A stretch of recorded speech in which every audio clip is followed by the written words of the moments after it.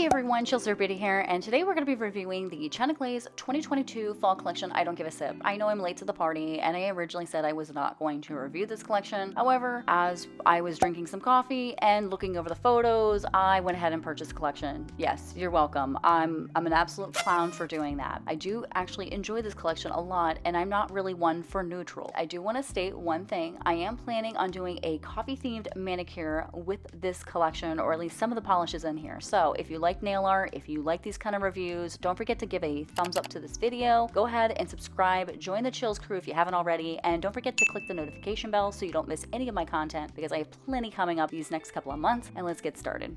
The base coat I'll be using in today's video is going to be by Vibrant Vinyls. This is Double Bond. It's a ridge filling sticky bond base coat, and it's absolutely fantastic. If you have ridges but you also want your polish to last long, this is it. I highly recommend this base coat.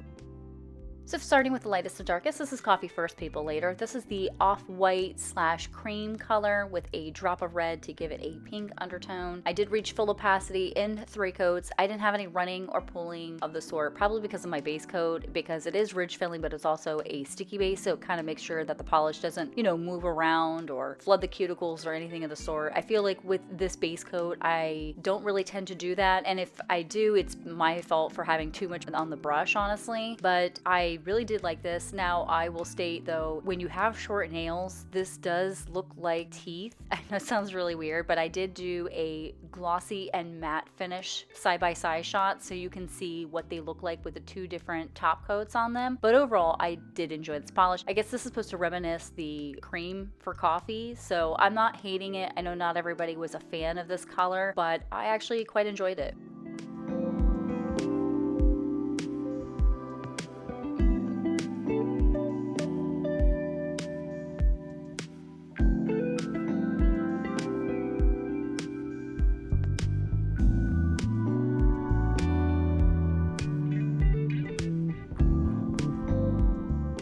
Now the next polish in the collection is going to be 𝘊𝗶𝗆𝗃. This is a nude polish with a yellow undertone, and it was actually my least favorite. It's not the fault of the actual polish itself. There's nothing wrong with the formula. It did reach full opacity in 3 coats, and I accidentally flooded my own cuticle on the 3rd coat because I had too much polish on the brush. But it was the fact that this one had a yellow undertone, and I'm cool tone. So with this being said, it just made my hands look really sickly. But I see where they were going with it, because now all of these colors are to remind you of like the different shades of coffee when you have from like a lot of cream to virtually no cream. But for some reason, I don't know why, but this polish, it reminded me of like raw cookie dough. I don't know. Tell me in the comments, do you think the same thing? I mean, I'm still gonna use it in some nail art, but it totally reminded me of raw cookie dough.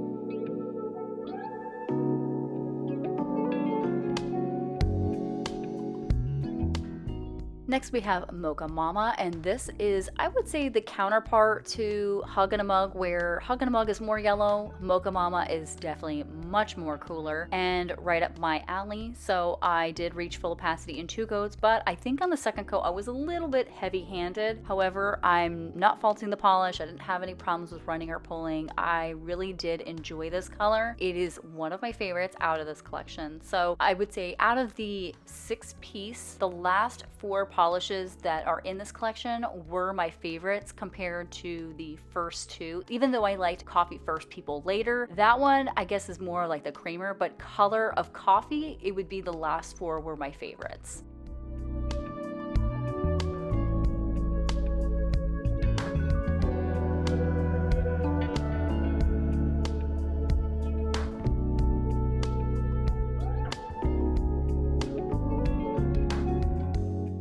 Next we have Caffeinated and Motivated. This is a beautiful medium brown with a neutral undertone, and I really enjoyed this one. It reached full opacity in 2 coats, and I didn't have any running or pooling, and it was just buttery smooth. It was really, really nice. I'm definitely going to be using this in some upcoming nail art, which is going to be a kawaii themed coffee manicure, which I am super pumped to show. But this was definitely one of my absolute favorites. I love this kind of brown tone, or even a little little bit deeper, it gets me in the feels. It definitely gives me fall vibes as well, and I'm here for it.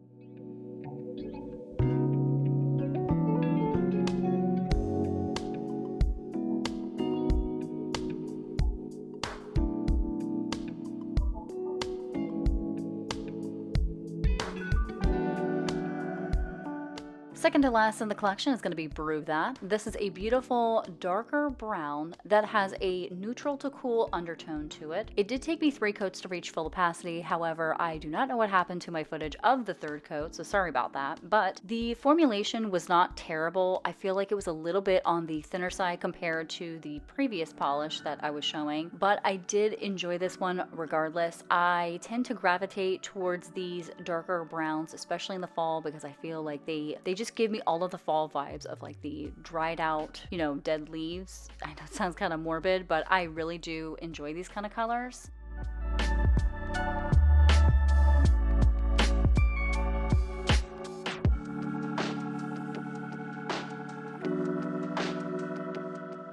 And the last one in the collection is going to be my Broomstick Runs on Coffee. This is a very dark brown that is almost leaning black. It did take 3 coats to reach full opacity. I didn't have any running or pulling. However, on the 2nd coat, I did make a boo-boo where I did not take off enough of the polish, and instead it kind of like flooded my cuticle, but that was on me, not the polish. So I just want to quickly state that. Overall, I do think that this was a little bit thinner than the other ones, or the thinnest out of the other polishes. So that being said, that's why it did take me 3 coats to reach full opacity, even though it is a much darker polish than the rest of them. But I do like this color. It's like the quintessential, I don't want to have cream in my coffee, I prefer it black. So I get where they were going with this. I even love the name because, you know me, I love anything with a witchy vibe to it.